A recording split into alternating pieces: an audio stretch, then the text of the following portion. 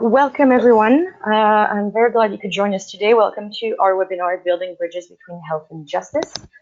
For those of you who don't know me, my name is Benedict and I am the coordinator for CNPA and I'll be the host today. Joining us today as presenters, we have Linda Reimer and Raeann Rideout. If you've been on the phone or on the computer for a little bit, you've heard them before. They worked really hard to get this presentation ready for you because we know you were very, very interested in it. Before I introduce them any further, I just want to go over a few housekeeping slides and a few details for you. So I'm going to make my screen full screen so you can all see well, like this. Okay, so first things first, sound. Everything is sounding pretty clear on my end, and I hope it is for you as well. If you find the sound is a bit faint, make sure that your sound is turned on or turned up and that your headphones, if you're using headphones, are plugged in the right plug. It should have a little headset symbol icon. If you're connecting via phone or if you want to connect via phone to have a better sound for any reason, on the screen right now you can see the numbers that you can use. So for Canada, for the US, I know we may have a few US folks with us today, and the access code here to get in. That information is also included in the registration email that you've received. You should have received one this morning and now or before the meeting. I've said this before, but I'll say it again. Remember to mute yourselves when you're not, actually for presenters, when you're not speaking, and for our audience, if for any reason you haven't done so just yet, mute yourself. So you can use the little button that looks like a microphone, or you can, if you're on your phone, press mute, unmute, or press *6 on your keypad, and this will lead to the same results, which is nice and quiet so we can all hear Linda and Raeann. If you are running into any issues, the first and best thing you can do is to log out, close everything, and log back in. I know it's a bit of a pain, but it almost works every time. If it's a smaller thing, you have a question, you can always use the chat box that you should be able to see at the bottom of your control panel. You can use that to type in any request, to contact me directly, or to ask a question for our presenters, and we'll ask all those at the end. Oops, sorry. There we go. Because you asked for it, we're going to have a longer Q&A session at the end. So we'll have about 30 minutes to ask questions.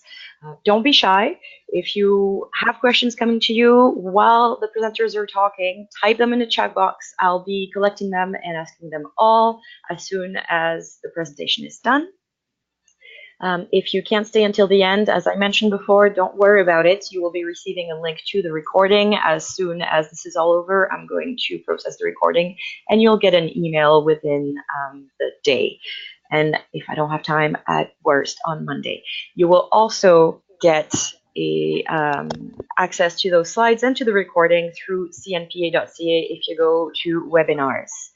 And finally, because it's not really a webinar if you don't get asked to give your feelings about it, you'll be receiving a short survey by email in the next few days. And if you can take a moment, that really helps us change and improve our webinars so that we give you exactly what you're interested in learning. Okay, that is all for the tech stuff. So now I'm going to present our presenters today. I will start with Linda. So Linda Reimer is a registered nurse. She's been practicing in the field of interpersonal violence and forensic nursing since 1995, primarily at the Domestic Abuse and Sexual Assault Care Center of York Region. She is a certified sexual assault nurse examiner, a clinical traumatologist, and she is certified in several risk assessment tools as well. She speaks a lot about sexual assault, domestic violence, human trafficking, and elder abuse, both at the provincial and national and international levels, and she is passionate about the intersection of forensic nursing and victims of violence. I'm sorry, I'm skimming a little bit. I don't want to spend too much time on this because we have lots to go through. If you want more details, it's all on the slide, and you can also email me and ask me if you want to be put in touch with Linda directly. Now, Raeann. Raeann is currently the Central East Regional Elder Abuse Consultant for Elder Abuse Ontario. She's worked in the field of elder abuse for over 18 years and provides frontline training in public education. She assists in the planning of community events and projects. She consults with seniors, families, agencies on elder abuse cases, and until not so long ago, she was one of the co-chairs of the Canadian Network for the Prevention of Elder Abuse for many years, and she's quite missed. We're very glad that you're back with us today, Raeann. She's previously worked for the Addictions Foundation of Manitoba as an education prevention consultant and a consultant for the Manitoba SANE Youth Directorate. If you want to get in touch with Raeann directly, her email address is at the bottom of this slide right here, or I will be happy to put you in touch. Okay, now I believe, Raeann, it's your turn. So let me just switch that for you. There you go. Perfect. Okay, everybody can see my slides? Yes, we can. Okay, so thanks. So I'm pleased to be here today with Linda to present this webinar on sexual assault in older adults. We've divided the presentation up into 3 sections, I guess. So I'll be doing the beginning, introduction around the definitions of abuse, the dynamics of abuse, and just touching on the prevalence of elder abuse in general, and with some statistics around sexual violence of older adults. Linda will be going through the role of a forensic nurse, defining about what a forensic nurse is and how they can assist in situations of sexual assault, go through the mandatory reporting, as well as how we can work with our justice system. And lastly, I'll end the session talking about our safety planning toolkit that we've developed for frontline providers dealing with older adults who may be in a situation where they're vulnerable or at risk of abuse, including sexual assault. So, to start with, in terms of a definition of elder abuse, we refer to the World Health Organization as our definition to follow, which most people are familiar with, which includes the 2 main dynamics around the expectation of trust, where the person has a relationship with someone that they've known for quite some time, and then that violation of trust results in a harm or distress to the older adult. And what we do know is that elder abuse is multidimensional. So when someone is experiencing one form of abuse, some other forms of abuse are culminating in regards to that. So in terms of sexual assault, we also know that people will also experience maybe emotional trauma as a result of the experience that they may be encountering. We thought it'd be important also to give that definition from the World Health Organization of what violence means.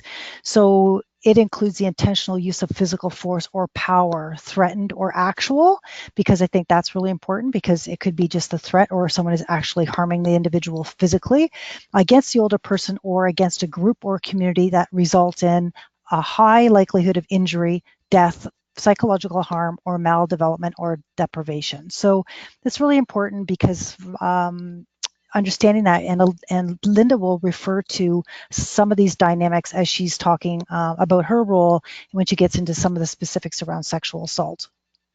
So just to recap, we don't want to spend a lot of time around all the types of abuse, but we thought it was important to define the basic types of abuse that people occur. So physical abuse, most people understand as an act of violence or rough handling of someone causing discomfort or pain.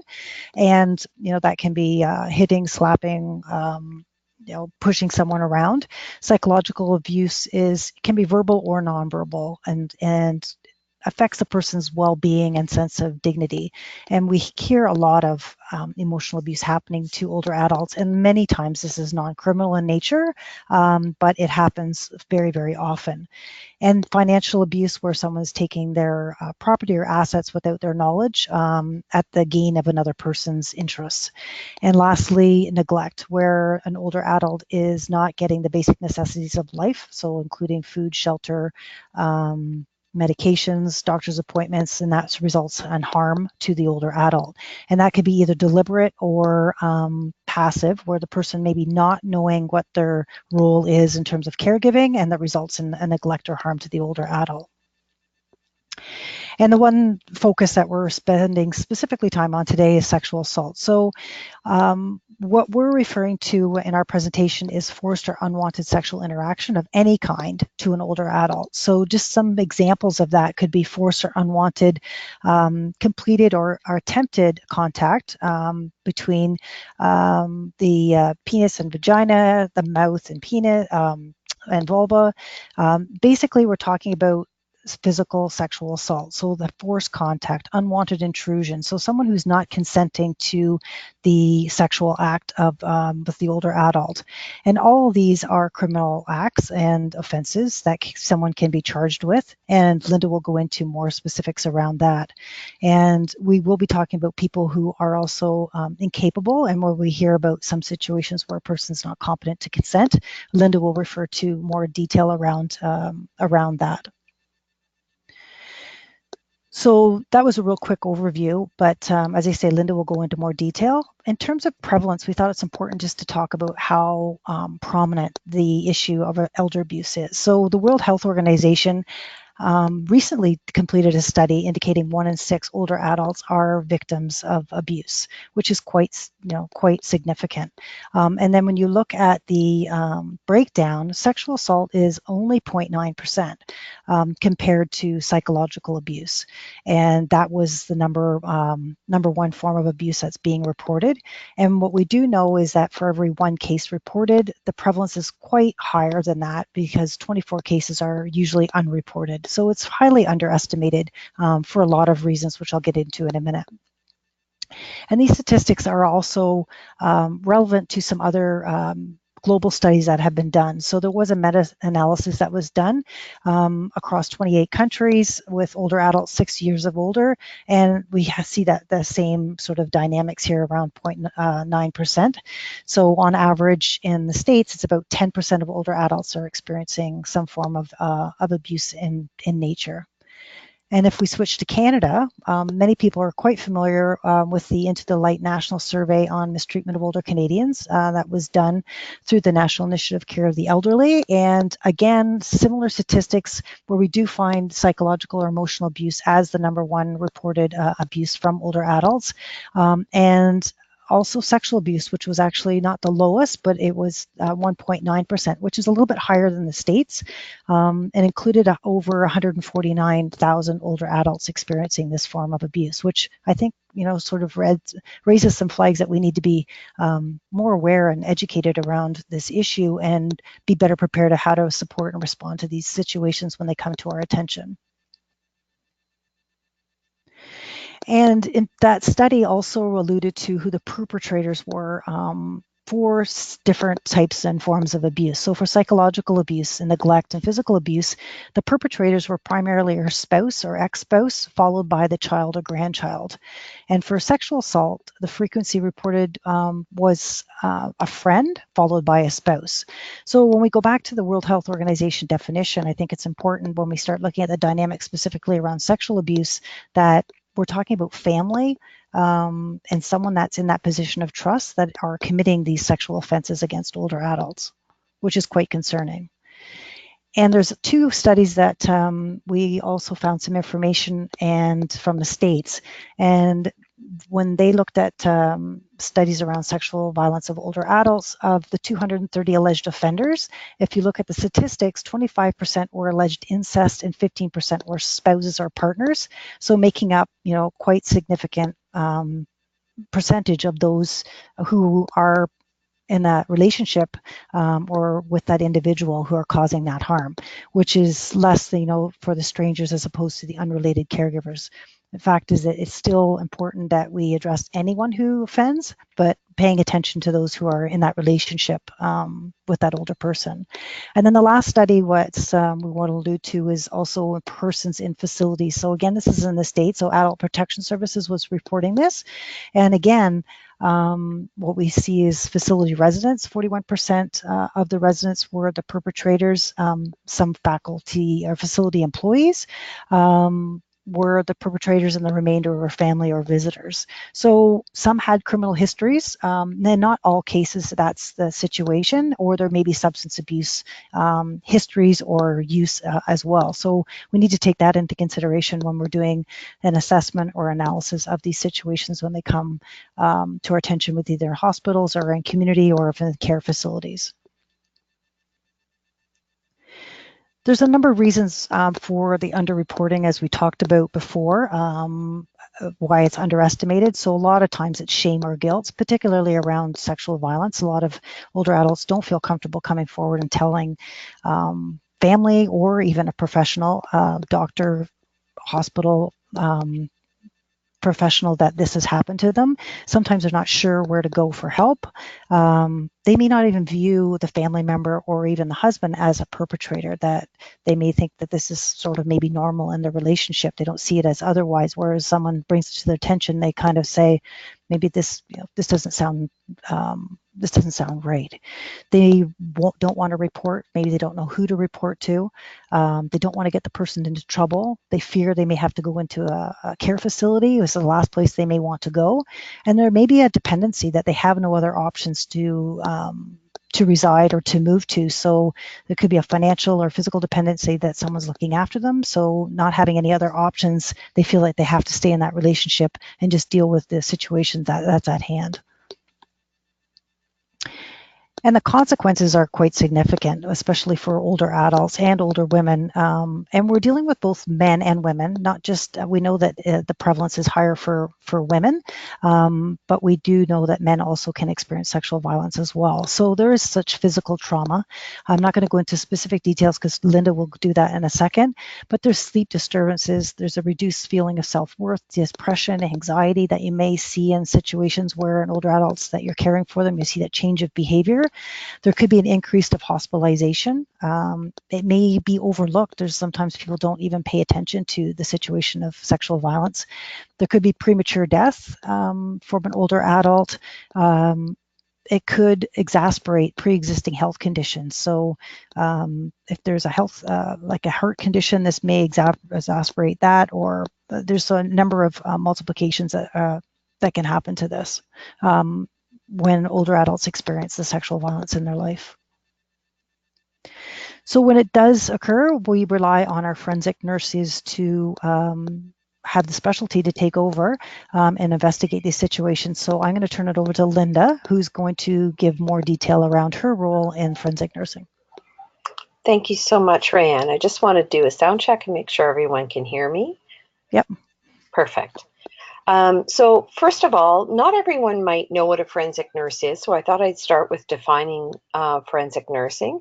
So forensic nurses are nurses who provide specialized care for patients who are victims and or perpetrators of trauma, both intentional and unintentional. We're nurses first and foremost, which means we have an understanding of the normal anatomy and physiology. We have in-depth physical assessment skills. We take great medical histories. We understand the medications that patients might be on and the complications related to that. And we're skilled at working with patients in distress. Forensic nurses have further education, perhaps in critical care, emergency, mental health, or public health. So the next piece is that in addition to having that sort of base training, forensic nurses also get additional training in working with victims of violence, sexually transmitted infection acquisition, such as HIV, syphilis, gonorrhea, chlamydia, trichomonas, working with patients who are in crisis, doing a forensic assessment, injury identification and documentation, forensic photography. I've just lost my slides. Oh, there we go. Forensic photography, and that's very specific and follows very specific process, which I'll go into in more detail. The collection and continuity of evidence, risk assessment and danger assessment, and safety issues pertaining to practice, and of course doing forensic reports and testifying in court. So I'm hoping that already those of you from the justice sector might start to see how having a forensic nurse involved in an elder sexual abuse case may be helpful for you, because forensic nurses appreciate both the medical and emotional sequelae of violence. So forensic nurses develop a comprehensive nursing care plan for the physical, psychosocial, and social trauma that occurs in patients who've experienced abuse or assault.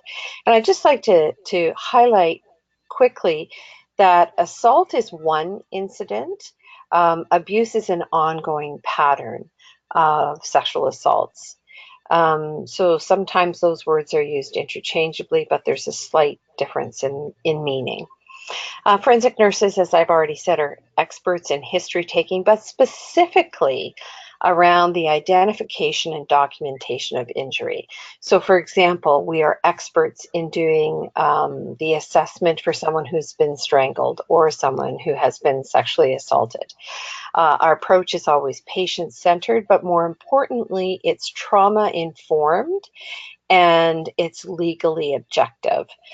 The other piece about forensic nursing is that, if you could just, we provide treatment for trauma, response, and injury, integrate patient advocacy, collect samples for forensic analysis. We have knowledge regarding the adverse health incomes as a result of abuse, assault, trauma, and we're aware of community resources to support the patient. We already have the ability and the history of working collaboratively with our community partners, whether that's police, justice, others in the community who can support patients. And with elder abuse, it's a very complex issue and requires many people and many hands on deck to address. And then what I think is also really important is that forensic nurses are trained around how to provide testimony in the judicial proceeding if these cases go to court. And as we heard at the previous webinar, if you were present, not a lot of these cases go to court. However, I would like to put forward that having a forensic nursing assessment may make it easier for the judicial process to move forward. So these are some of the typical forensic patients that we work with, people who've experienced sexual assault, domestic violence, child abuse, child sexual abuse, human trafficking, and of course, elder abuse and neglect. So the next thing that I want to talk about is what is specifically the forensic nursing role in elder abuse. And, you know, I think this is particularly important when we're working with elders, is that we need to establish capacity. Nurses and healthcare providers establish capacity with every patient before we proceed with our work. But in senior population, it could be particularly challenging and relevant. So I do have a few slides on that. I'll get into it in a few minutes. And then we do a screening. And there's a couple of tools that that people can use. The EASY tool, which is available through NiceNet. It's an excellent, very simple tool to use to screen people for abuse in general. The Elder Abuse Risk Assessment is another tool that I'll also talk about. And then we get into the assessment piece. If the patient gives us consent, then we take a current medical history, which is relevant because certain medications may increase the risk of injury, may be problematic in terms of some of the recommendations that we might make related to the sexual abuse or assault. We take a look at their mental and emotional health. Then we document the history of the current incident and then talk about if there's been any previous abuse. So that's just sitting down and getting the information from the individual or their caregiver or loved one. And then we go into the forensic physical exam. And I'm going to detail that in a few more slides. And then as needed, based on the assessment, we collect forensic evidence. I'm also going to talk a little bit about that. And then we do safety planning and follow-up.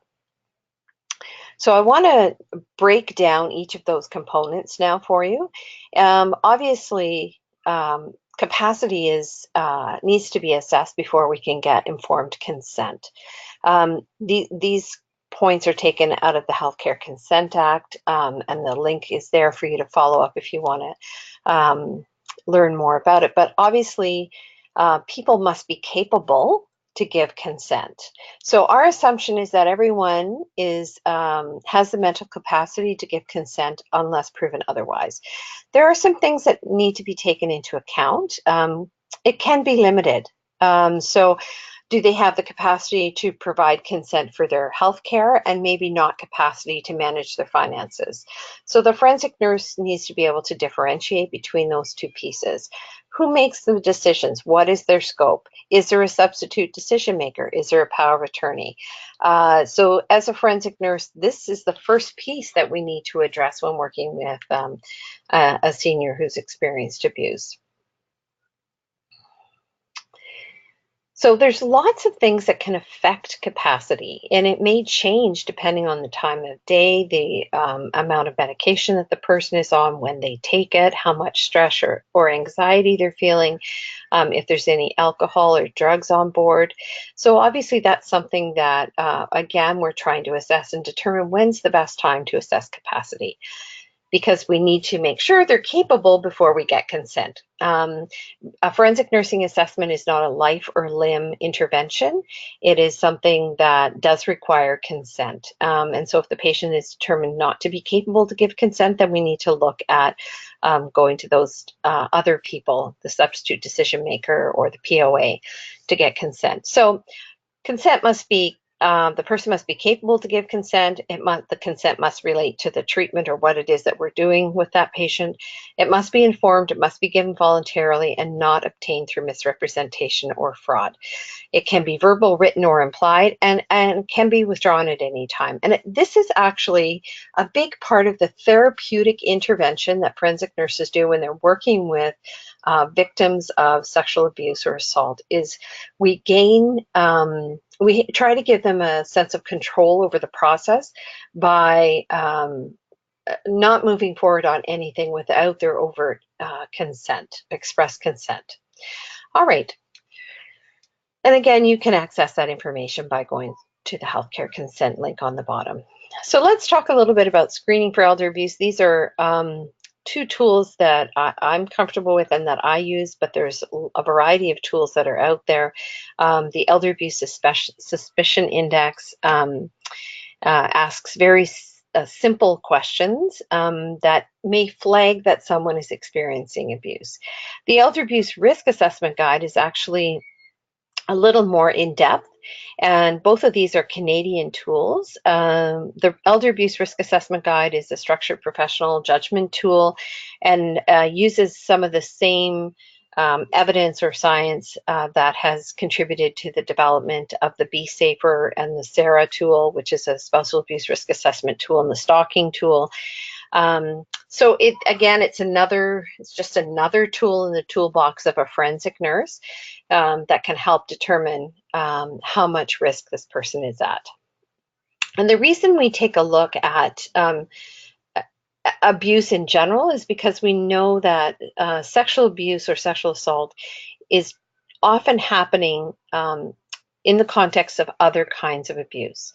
So that's an important part of what we do.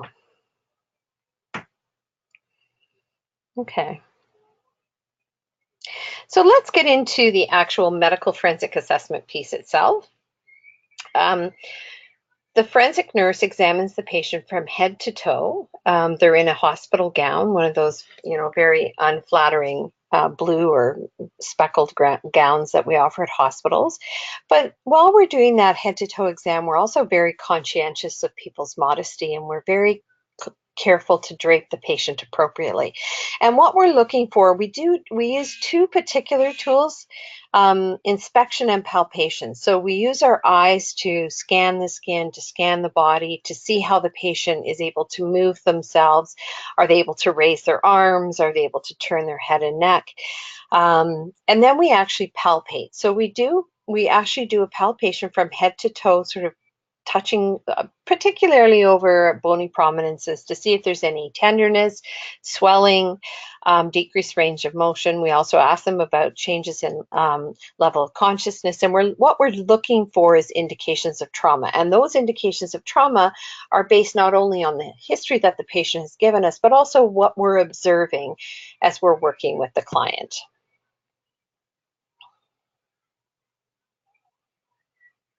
All right, so we are specifically trained in identifying injuries and giving a detailed description of the injury.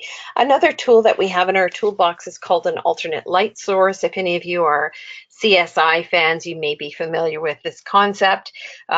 We use an alternate light source that's between 400 and 450 nanometers. And what we do is we turn all the lights off in the room, and it's a blue light, and we wear orange filter glasses. And it can help us identify if there's any body fluids that may be of interest to collect when we're doing a sexual assault forensic evidence kit. We're also looking for fibers, hair, swabs, etc. So, in a sexual assault forensic evidence kit, there's a number of pieces that we can collect. Hair, if somebody's hair is on somebody's body and that hair should not be there, that can be relevant to the case.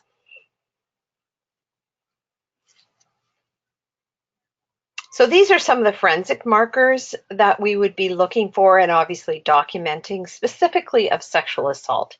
Any pain, bruising, swelling, abrasions, or bleeding of the anal genital area. Any sexually transmitted infections. If this elderly person is not sexually active or consenting to sexual activity, then how is it that they have a sexually transmitted infection? Urinary tract infections is also common and something that we would screen for. We'd be looking for bruising on perhaps on the inner thighs, the presence of semen, which we may be able to identify with the alternate light source, and definitely with the swabs that we would collect from the sexual assault evidence kit. The sensitivity of DNA testing these days is extremely high, so there's a good chance that we would collect evidence if there was anything there.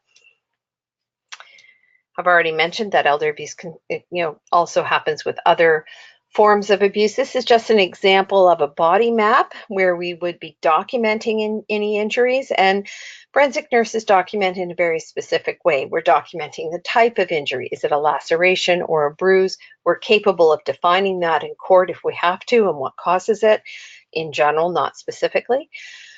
The location of it, the size, the shape, we measure each injury, we document the color, if there's any pain, and any unique features. So unique features might be something like if someone was hit with a cord, a looped cord, they may have what we call a patterned injury on their skin, which would reflect what has caused that injury. If someone was bit during a sexual assault, we would see a specific pattern of injury from that bite mark, and we would actually swab that area because it could be reflective of saliva and DNA. Right now, we're at the point with technology and with the advancement of DNA testing that we can even swab where people have been touched and perhaps get something that's worth evidentiary in nature.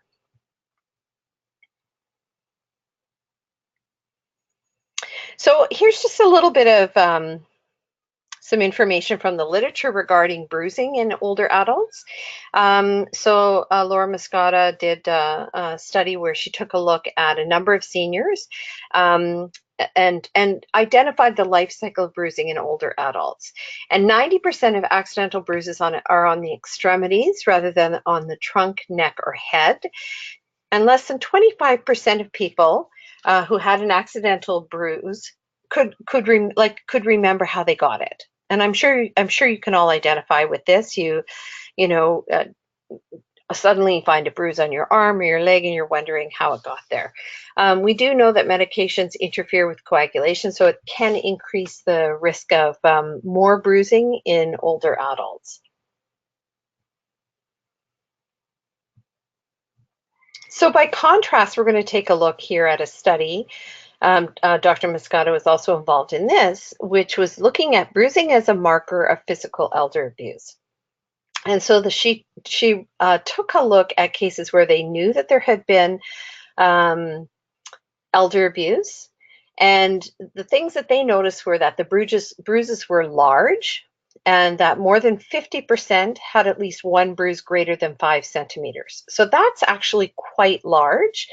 and that it could be anywhere, but these bruises were noticed more specifically on the face, the lateral or anterior aspect of the arm or the back compared to the accidental group. Now, if you think about it, lateral or aspect of the arm, it's when someone perhaps is raising their heads or trying to protect themselves. So there's injuries that happen on the arm that they might be referred to as defensive wounds or defensive injuries.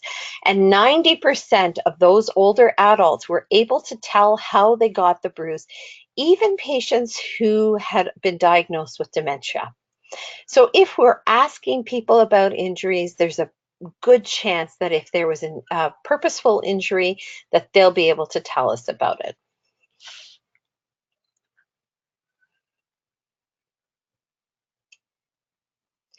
So this is another study that takes a look at bruising. They took a sample of 658 elders who were reported to Adult Protective Services for physical elder abuse.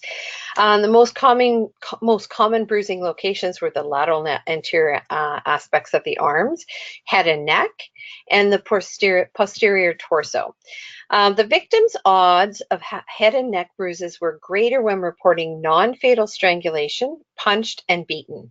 So non-fatal strangulation is quite dramatic. Strangulation can be extremely dangerous, but it's a very effective way for a perpetrator to render someone compliant. So we've already talked about the anterior and lateral aspects of the arm, but it's interesting here that it's 8 times greater with a history of being grabbed. So I apologize. I was hoping to tell you this ahead of time. There are a couple of photos that might be a bit disturbing. This is an example of forensic photography. So forensic nurses try to photograph injuries before treatment and after treatment. And we also photograph the injuries when we see the patient acutely and then add a follow-up exam 2 to 3 days. You can see these photos have forensic rulers in them. This is a very standard way to take forensic photos. And I think it would be very helpful in court to have something like this to support the story that the patient tells. Okay, so let's talk a little bit about forensic evidence collection. The sources of evidence could be clothing, evidence on the body, and then of course a genital anal exam. We would also collect forensic evidence. So besides the fact that forensic nurses are collecting evidence that may support or not support, which is also important, the history of elder sexual abuse, there are also health concerns that go along with sexual abuse. There's an increased risk of injury. There's sexually transmitted infections. There's a need for treatment, and there can be drug-facilitated sexual assaults. So patients may be overdrugged so that they're more compliant to the perpetrator or more accessible to the perpetrator. And part of what we do and part of what we collect in a sexual assault forensic evidence kit is a blood sample and a urine sample that would measure the amount of medications that patient is getting. Is it within a therapeutic level?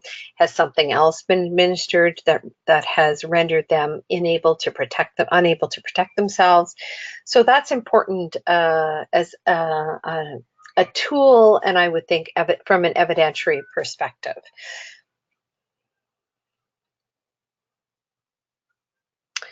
So let's take a look at genital injuries specifically, because we are talking about sexual abuse, although sexual abuse, as Raeann pointed out in the definitions, doesn't necessarily mean that there's injuries or genital to genital contact. There's a whole range of spectrum around what is considered sexual abuse. But let's take a look specifically at injuries. The average age of menopause for women is around 51. And when women reach menopause, there is a decrease in estrogen, which causes changes to the genital tissues. There's increased vaginal dryness, there's thinning of the tissue, and that leads to increased friability. So that means that the tissue is more at risk of tearing or bleeding or being injured during intercourse. And this is true with consensual intercourse as well.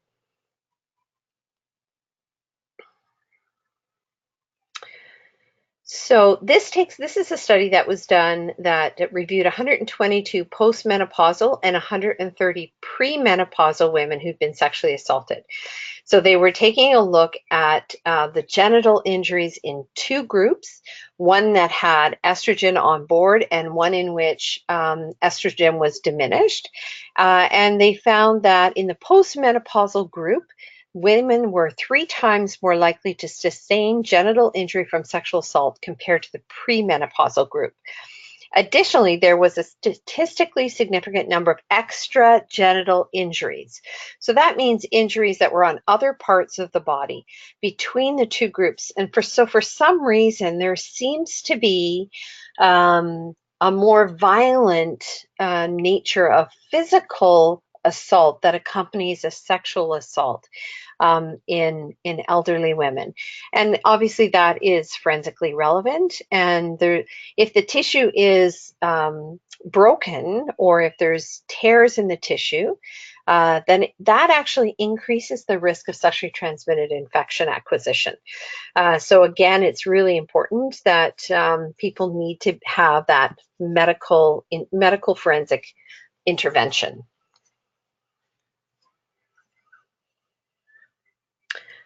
All right, so the other piece that would be a part of forensic nursing care is that forensic nurses would do safety planning in conjunction with our community partners. And this is something that can be quite complicated, and Raeann's going to go into that in more detail, but it's also an ongoing piece that needs to be followed. And for the forensic nurse, we book that patient to come back for a follow-up visit. And at that point, we start to review some of the test results, we reassess them, and we re-document injuries. And we try to see how they're doing in terms of the psychosocial response and provide them with support services around that. So our particular forensic nursing service where I work has social workers that would provide trauma counseling for patients. But if you work in an area where that's not available, then you would have to work with your community partners around that. But I strongly believe that discharge or that elder abuse cases require a multidisciplinary approach. So in terms of accessing forensic nursing services, timing is of the essence because forensic evidence disappears quickly, injuries heal, and the medical options that we provide are time sensitive. So for example, a sexual assault forensic evidence kit, we can collect, if there's penile vaginal penetration, we can collect parts of the kit up to 12 days post-assault. However, the evidence disappears over time. If there was, for example, ejaculate on the skin, that can only be collected within a much more limited period of time, and obviously showering and bathing means that disappears relatively quickly. So the timing is really, really important.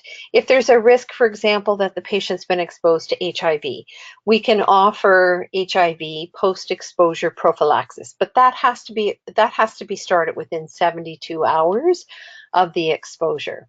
So there's a lot of medical components that are time sensitive, and also the forensic components are time sensitive. So my recommendation is that there should not be a delay in getting someone to a medical forensic team to do an assessment.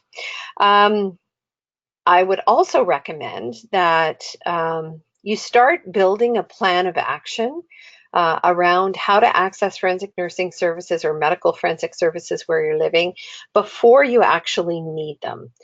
So start those discussions wherever you are. In Ontario, we're very fortunate to have 36 forensic nursing centers. And you can always access the link to find out more about that. There's also Canadian Forensic Nursing Association, which may be able to direct you to forensic nursing services close to where you are if you're outside of Ontario. So these are just some of the elder abuse reporting guidelines, and I wanted to include them. I just did a quick summary of from across Canada. So in British, and I left them here because I thought it was important for you to have them as a resource. I'm not necessarily going to go through them all. I'm assuming that if you're working with elders and elder abuse, you probably already know a lot of these. So these are the ones for British Columbia. We're just going to work our way across Canada. This is what is available for Alberta and Saskatchewan, and you can see that each province has different reporting guidelines. So obviously people who are in nursing homes or long-term care facilities are more at risk. They're more vulnerable to being sexually assaulted. So, you know, I'm happy that Ontario has brought into place a mandatory reporting law as well. All right, next. In Manitoba, Protection for Persons in Care Act, Vulnerable Persons Living with a Mental Disability Act. Ontario, we have a Long-Term Care Act and Retirement Homes Act. There's also law in Quebec around adults living anywhere and who are being exploited. New Brunswick has a Family Services Act. Nova Scotia has a Protection for Persons in Care Act and Adult Protection Act. Prince Edward Island and Newfoundland. It's interesting that each of these are provincial as opposed to federal. I think that's my personal opinion. I think it'd be better to have a federal mandatory reporting. But in Ontario, I believe that there was a study that was done in which seniors over 60 or 65 were asked if they wanted there to be a mandatory reporting act, and they said they did not. They still wanted to have a sense of control over who they talk to if there's abuse going on. I also wanted to talk briefly about Bill 87. This is an act that here in Ontario that amended the Regulated Health Professions Act of 1991. And what it did is it took a look at protecting patients who've experienced sexual abuse by a caregiver, but only caregivers who are regulated healthcare providers. So respiratory therapists, physiotherapists, nurses, physicians, not PSWs. And what also changed about this is it changed the definition of a patient to extend 1 year past when care ends. So there were some issues perhaps where a psychiatrist might start dating a patient. So this is built in to protect those patients. There's been stricter disciplinary action regarding suspension of license to practice if people are found to have been accused of sexually abusing a patient, and the penalties have also increased if they're found guilty. Colleges are also going to be mandated to provide funding for therapy and counseling for patients who were sexually abused by college members, and there's a penalty for failing to report sexual abuse of a patient, and that's increased. So as a nurse, if I witness somebody else abusing a patient, I have a responsibility to report that. Okay, so I'm just going to run through a couple of case studies for you, which I hope will identify or articulate more clearly the role that forensic nurses can play. So this is a 90-year-old female who is living in a nursing home. She has vascular dementia, and staff witnessed another resident, an 86-year-old male, having intercourse with her. Both families were notified, the police were notified, and the patient was brought to the DASA Care Center. And we did an exam, and there was bruising on her inner thighs and her arms, and a sexual assault kit was completed. So this is not an unusual case. she's not capable, or perhaps, of giving consent. He's also, perhaps not aware of what's going on, but it was a witnessed incident. And so we documented her injuries. We took forensic photos. We did the kit. And in the end, this gentleman was removed from the facility. All right. I think I brought another one as well. Here's a 79-year-old female who was transferred from another hospital, and there was query regarding sexual assault. She was found naked on a floor of a senior's apartment, and she had several injuries. There was concern because there had been a maintenance man going from apartment to apartment changing light bulbs, and so there was concerns that perhaps he had sexually assaulted her. Her clothing were in a pile on the floor, the underwear were missing. She had been on the floor for 3 days, and by the time we saw her, she was quite confused because she was quite dehydrated, and she wasn't able to give us consent. So we had to bring the power of attorney in to give consent. The woman was cooperative, but she wasn't capable to give consent. So with this particular case, we went through our questions and she answered them directly, and she said yes, that there had been penetration of the mouth, oral sex, and digital penetration. She had injuries which were photographed and documented, and we used the alternate light source, and it flared over her chest. So it fluoresced a large area of skin over her chest. So we took swabs, we did a kit, and the police obviously were involved. These are a couple of photos of injuries that she had. And those samples that we took went down to the Center for Forensic Science here in Toronto and came back negative. And the police came back to me later and felt that what had happened is she had fallen on her way to the bathroom. She had undressed and started to go to the bathroom, and had fallen and became quite dehydrated and confused. So, and the flare on her chest, they think, was spilt tea. And if you're wondering where the underwear were, they found them under the couch. They think that the cat may have dragged them under there. So to me, again, it highlights how forensic nursing can assist with the investigation process, and it can assist with the legal piece, because a lot of these cases, they're not capable of providing a good history. Much like child sexual abuse, sometimes we can't get a good history. So it's really important to understand that the forensic nursing component is a standalone assessment. It's done objectively. The nurses can testify in court. And these are some of the challenges that have been identified in the US in terms of investigating sexual assault cases. So they're rarely witnessed. There's failure of many facilities to access medical forensic exams in a timely manner. There's a delay in reporting. The facility staff ask questions which can disrupt a forensic interview. So a forensic interview has to follow a very specific guideline so that concepts are not introduced into the victim's mind. And they're typically interviewed or videotaped and recorded for court purposes. And forensic nurses are well aware of this process and are very careful about how we ask our questions. Sometimes there can be communication barriers with patients, and part of what we have to look at is having tools available to make sure that the person can hear us properly, that we're giving them services in their language of origin so that they understand what we're asking them.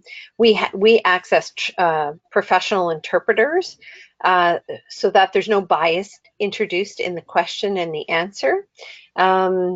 And they're specifically trained to work with victims of violence. At least here in Ontario, I don't know what other areas of Canada use. All right. Sorry. That's okay. So this is another incident of a study that was done, 284 cases of alleged elder sexual abuse. 93.5% of the victims were female between the ages of 60 to 100. 72% occurred in private homes, 23% in facilities, and 5% in locations. And while we were preparing this presentation, I sent Raeann a news clipping of a woman in her 80s who was attacked and sexually assaulted in her neighborhood. She was out for a walk. So it happens all over. I think there's a lot more going on than we're aware of. These again are just some examples of the nature of sexual abuse that was identified in this particular study. Sexual kissing, fondling of the breasts or genitals, penetration of the vagina, mouth, or anus, exhibitionism, sexual jokes or comments, discussions, forced pornography viewing. I think I have a little bit more information about this particular study. So some of the behavioral indicators, 19 cases the victims were shamed or had guarded response about possible abuse, and these were all patients who had dementia. So there were other indicators other than what had been identified previously. 49 of the patients displayed fear or ambivalent attitude toward the suspected offender, and 25 were upset during personal care.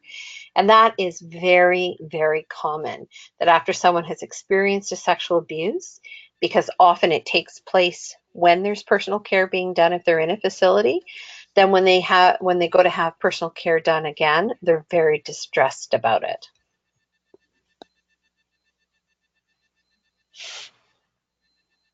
Okay, so this is another study which identified forensic markers. In 43 cases that were witnessed, 84 elders had physical trauma, 132 had visible injuries, and 6 had sexually transmitted infections. The other thing about evidence that's important is that sometimes evidence is actually inadvertently destroyed. I'm assuming it's inadvertently, where sheets are washed or clothing is destroyed or thrown out. And so it's really important that, again, that facilities have an understanding of what they should be doing right from the get-go before it happens, so that there's an opportunity to get the appropriate evidence.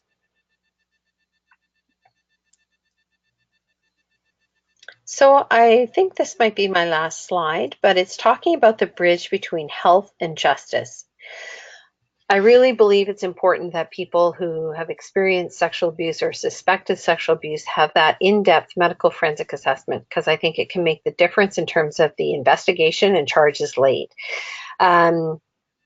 The documentation of those injuries, the forensic photos, are evidentiary in nature. Also, if we get positive STI test results back, that's also important information for the case. The other thing that I think is particular to this age group is that, as Raeann mentioned earlier in the presentation, people who are experiencing abuse it actually shortens their lives. And the concern about the justice piece is that a lot of these elder abuse cases could take a year or two to get to court if they do go to court, and the patient may no longer be able to give the history or even be alive at the time of prosecution, whereas forensic nurses can present their evidence and can testify at that time.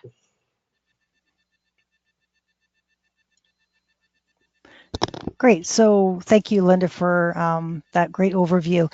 So I think Linda hit on a lot of factors, especially between working with justice and health partners, and just alluded to a lot of some of those challenges or misunderstandings around cleaning up evidence before the person is able to actually collect it, or I think we're in that mode where we just want everything to be right, especially if something's just happened. We wash sheets, that kind of thing, which then limits the ability to then further pursue the situation in a criminal nature. When we do come across cases in a community setting, we have developed a safety planning toolkit for older adults, which includes working with older adults and their families, but particularly if either older men or women. We're doing a safety planning thing. And we've done the kit for service providers, particularly giving them some tips about how they can speak with the older adult and making that safety plan. So this toolkit is available online on our website that people can download. And I think Benedict will put it on as an attachment to the PowerPoints after the webinar. So when we're talking about safety plan, basically it's an outline of actions that people can follow to keep safety within their home primarily, or with their or in a care facility, but primarily in a community setting, and basically steps and strategies that are particularly fit for the actual older person that we're talking about, and then there's certain circumstances that they can use to prepare in advance if they know that there's an unhealthy relationship, how they can prepare themselves and follow through with that plan, and someone checking in on them. Quite often the person may be working with a counselor, particularly, let's say could be a forensic nurse, or it could be a victim services, or another community agencies to develop that plan. When we did our safety planning toolkit, we actually worked with MetTrack organization here in Ontario, just giving some credit to them, and also the Law Foundation of Ontario in the development of that plan. So it did have revisions and some critique in the development of that. So, we wanted to make sure that we were following, sort of the legislation, and if it was particular to our particular Ontario jurisdiction. So I'm not going to go into specifics about all the details in the plan, but it really talks about how we can maintain people's physical as well as emotional safety for the older adult. And we kind of took it from different perspectives from the older adult, because we're looking at their journey. So we look at from the perspective, does a person want to stay in that relationship? And if they do, then how do we do sort of a harm reduction to keep them safe in that unhealthy relationship? Is the individual thinking about leaving? Are they in that sort of mid state of not sure what to do, and how do we keep them safe? And then the last part is how do we develop safety planning for those who've already entered a relationship? Is the person stalking them, following them around? How do we keep that person safe after they've left the situation? So the safety planning toolkit looks at from those three different perspectives. And again, as I talked about, it's following the person's journey and taking a lead from them about how they want to pursue what's going to be right for them in terms of their safety plan, and talking with them about some different community resources and services that they can follow, who in their community and family, friends and neighbors that can support them along their journey to keep them safe in that aspect in their community. We have questions for agencies to think about, or for older adults as well, about safety planning. One of the things that we are actually doing an addendum to this plan is around mental health and capacity issues, but we do have questions in here about what people need to think about when they're developing a safety plan for an older adult, particularly around powers of attorney. Because if the person starts to become, let's say, incapable of making decisions, and then we have to rely on an attorney, let's say, to make treatment decisions in their hospital, and he's the abuser as of a sexual assault, do we really want to be taking direction from that individual for a care plan if he's the person who's the perpetrator? So we need to have older adults have those conversations about what their relationship is with the POA at the time. Also getting documentations and personal information. Where is that information stored? Do they have access to it? Even mobility of devices in terms of physical barriers that may prohibit them from leaving a situation. Walkers, canes, if they don't have access to it and someone's taken it away, then how do they leave that situation, just even mobility wise. At the end of the safety plan, we also have a couple, I think there's about 3 sheets that people can develop their own safety plan and fill in the blanks and keep that in a safe place for themselves. So this is just a copy of what that looks like, where they want keys, if they have a safe code or word or signal on their porch to tell their neighbor or friend if they're unsafe. That's included. Just in terms of the safety plan, just to go back, this has also been translated to French as well. It's so it's bilingual. And at the end of the safety planning toolkit is a list of resources, which I'll come to in a minute, because we do need to think about other services and supports that can help that older adult during this this time. So we do, as Linda indicated, we have the forensic nurses, but we also have geriatric emergency nurses. So if a person goes into hospital, there are I think over 100 geriatric emergency nurses across Ontario that people can get further assistance to, which then may get referred to a forensic nurse within the hospital setting. Some communities have a senior safety advisor who people can speak to or get some information or advice from, or even direct intervention from the advisor within their area. But just to note that not all jurisdictions have the same services available. So not everyone, not at a community level, is there a senior safety advisor or at-risk coordinator. You have to find out what's available within your area. And our website, or with connecting with one of our regional consultants with Elder Abuse Ontario, we are quite equipped to be able to tell you who's available within your area. In some cases where it's an agency who may not know what to do in a certain situation, there are elder abuse consultation teams that look over situations where there's complexity, not sure what to do, recommendations or interventions. And as many people know, there's also situation tables where if there's a elevated risk of harm, then those cases can go to situation tables, which are growing in numbers across Ontario. And I think almost every community has one established or is getting there. And also elder mediation, which is a fee for service, but it's also available for seniors to access as well. And as Linda alluded to, we've already talked about the sexual assault domestic violence treatment centers. We also are connected with the Ontario Association of Interval and Transition Houses, which is the overarching provincial organization of shelter services.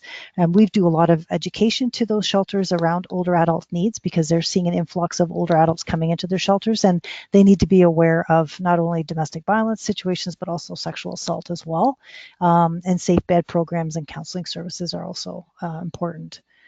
I'm not going to go into details around the treatment centers, but this is in our toolkit. We provide an overview about what the services they are, and they also provide safety planning, as you see here. In Ontario, we also have our senior safety line where people can get access to services 24 hours a day and 7 days a week. And the safety line can provide services in over 150 languages for older adults who are calling. They're trained counselors who are answering that phone, so they are able to provide some assistance, including some safety planning if that's the case for the older adult. So this is just a list. I'm not going to go through everything. At the back of that safety planning toolkit, we divided it into victim services, healthcare services. There are some French services there listed as well, capacity and legal issues, as well as advocacy and support and 24-hour crisis lines. One of the other things we do as an organization is develop educational tools and resources for frontline providers, as well as seniors in our community. So in terms of sexual abuse of older adults, we have actually a module developed specifically around this issue, which gives some guidelines around questions to ask, has some case studies that you can follow, use as a training for your own staff as an example. As I know Linda gave us a couple of examples. In our toolkits, we have at least 4 case scenarios that people can follow, goes through questions, and we also give the responses, so then you know kind of the guideline to follow if you're doing a training to staff members as well. So we have those on all forms of abuse. This is just an example of what the sort of covers look like. Again, they're on our website. And we also have a one-page fact sheet on abuse of older adults as well. And again, this will be uploaded with the PowerPoint that Benedict will post on her website, and we'll be also posting this webinar on our website under our training webinar resources. And just lastly, to wrap up, is just so everybody knows, if they don't already, is World Elder Abuse Awareness Day is fast approaching on June 15th. And we're promoting the Seeds for Change, growing the conversation. So working on our campaign with the It's Not Right Neighbors, Friends and Families initiative, we've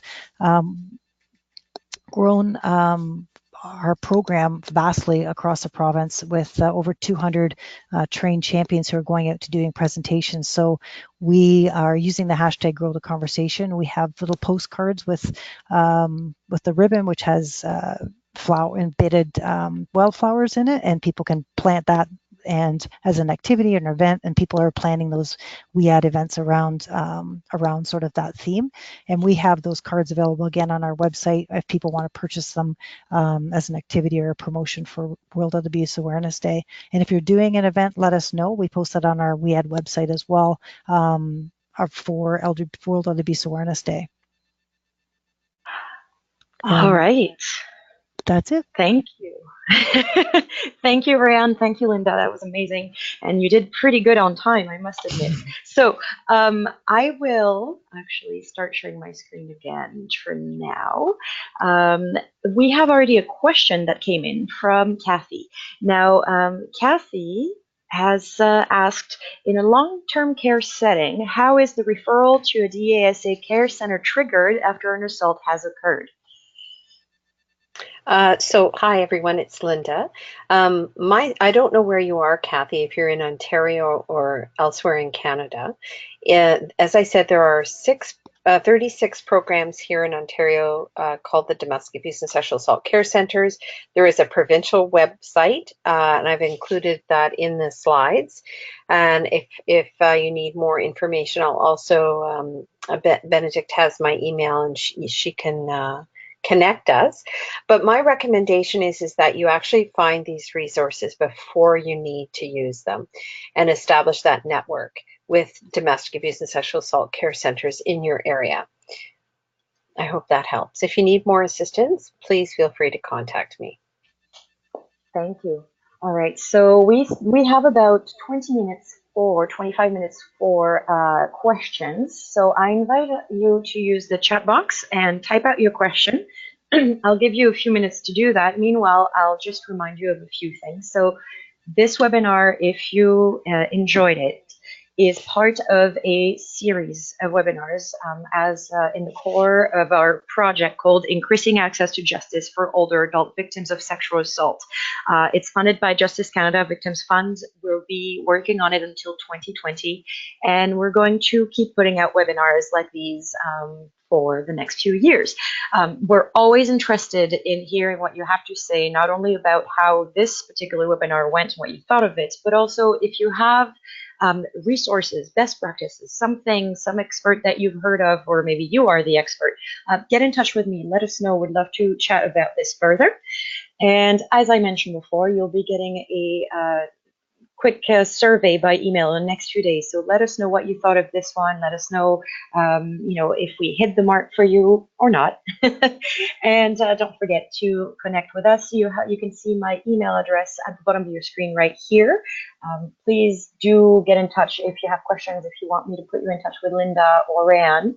And as Raeann mentioned, I'll be putting the recording of this presentation as well as all the resources mentioned on cnpa.ca and attaching them to the email that you will receive with the recording. Now, I can see we have a few more questions. So here we go. Let's start with, you guys are quick. Okay, Carolyn, is there a flow chart that we can use in the institutional settings online that we can use for protocol for reporting? I'm not sure. The Ministry of Health and Long-Term Care Home has a set of flowcharts or logarithms that people in institutional settings use for the different forms of abuse. And I know that they had added one for sexual assault. I'm not sure you can get them online, but I believe I can get access to that and send that to you. And I believe I have your email, Carolyn, so I can follow up with you on that. All right, thank you. Now we have Maeve asking, can you please explain situation tables a little more and what they are, what their function is? Linda, do you want to do that or? No, go ahead.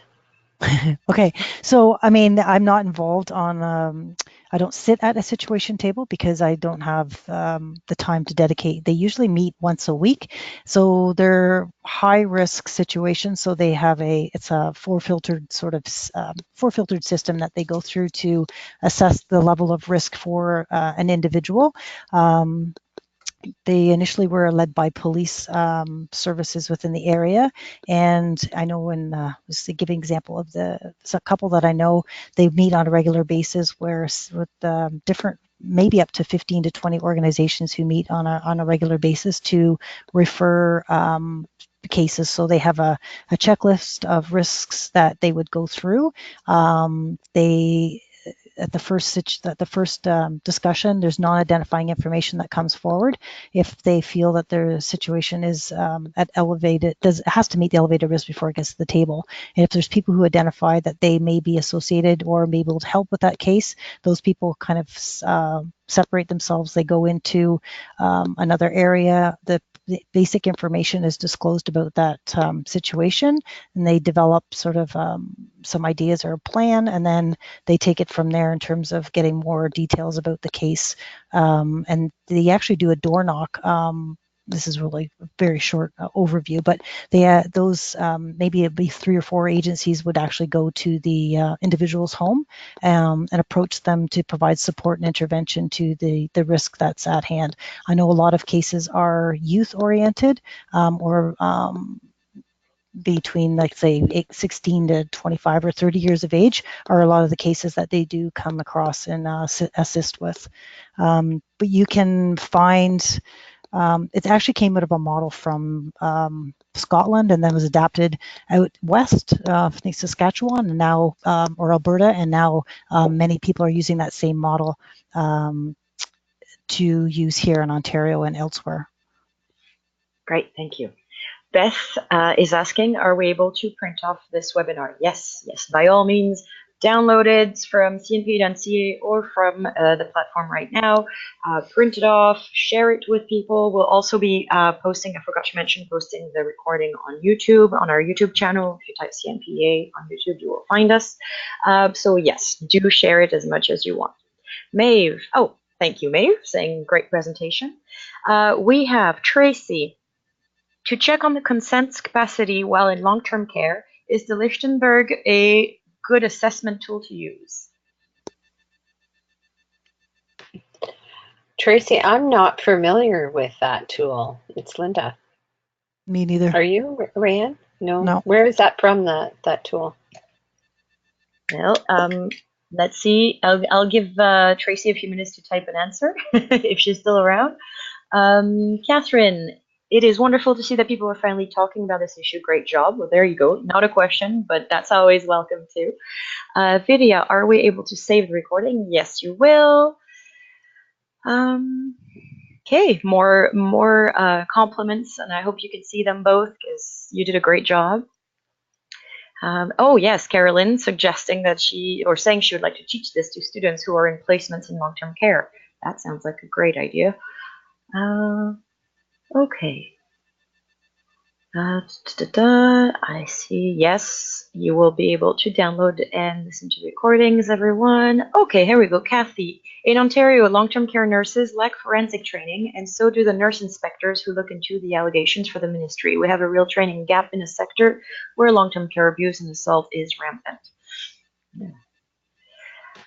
Oh, yeah. My only recommendation around that is that forensic nursing is a specialty in and of itself. My recommendation around that is that you connect with your local forensic nursing services and ask them to come in and do some training with the staff and help develop some policies around how to respond when sexual abuse or assault occurs. Thank you.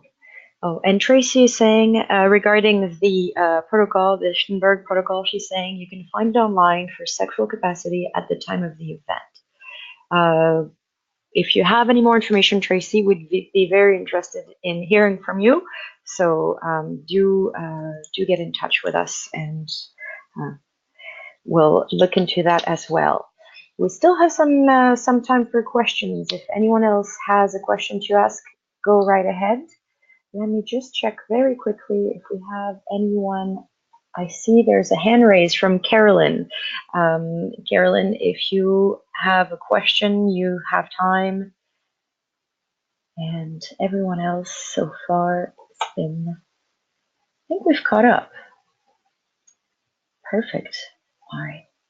Is there anything else that the two of you wanted to say? I know I was keeping a strict frame on the time because I wanted to make sure everybody had time to ask their questions. But Linda, Raeann, is there anything else you wanted to mention? No, It's Linda. go ahead, Linda. Sorry. What No, go I ahead. would really like to say is that I think that we need to recognize and acknowledge that sexual abuse of seniors is taking place, and that if you're working with seniors, that it's better to know that it's taking place and put in place a plan of action so that when it is disclosed, you have resources that you can tap into and that are available to support you and to support that individual. So that's my recommendation, is to try and prepare ahead of time so that you've built those networks to support you in responding appropriately. Yeah, I would echo that as well, and the fact also that we're available to help and do facilitate some of that training to staff or agencies that want more information around this. And again, our module has information that people can use, and it's downloadable as well, so people can have access to that. So I think the other issue that's sort of that next step, and I think some of the study that Benedict's been involved with the national scope is around which is another topic or webinar, is around sexual abuse of older adults with dementia. We really did not hit on that. We were really referring to people with capacity at this point, but I know that that's another dimension that we need to pay attention to around not dismissing and taking some of those situations seriously, and looking at that not from a health perspective, but also from a justice perspective. Thank you, Raeann. Well, people are, I see we're getting close to the end time, but you're getting a lot of thanks. And people are saying it was an excellent presentation, excellent advice about being proactive. So thank you to all of you for your immediate feedback. That's very good to hear.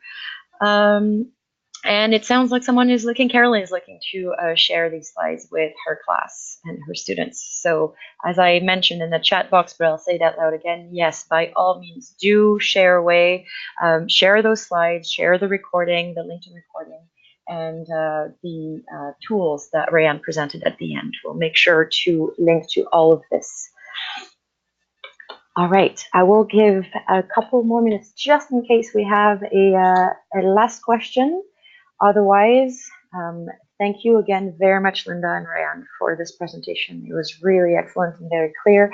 Thank you to all who attended. It was a pleasure as always. We'll be taking a webinar break over the summer because everybody needs one, but we'll be back in the fall. And if you are following us on social media, or if you are signed up to receive our newsletter, or monthly newsletter, you will be informed as soon as we have a new date and a new topic for a fall webinar. So until then, I hope you all have a great summer, and I look forward to hearing your feedback about the presentation today. Thank you so much. And let us know what you're doing for WEAD. Oh yes, good point. WEAD, June 15th. Don't forget, and let us know what your plans are. Thank you. Have a good day. Thank you, everyone.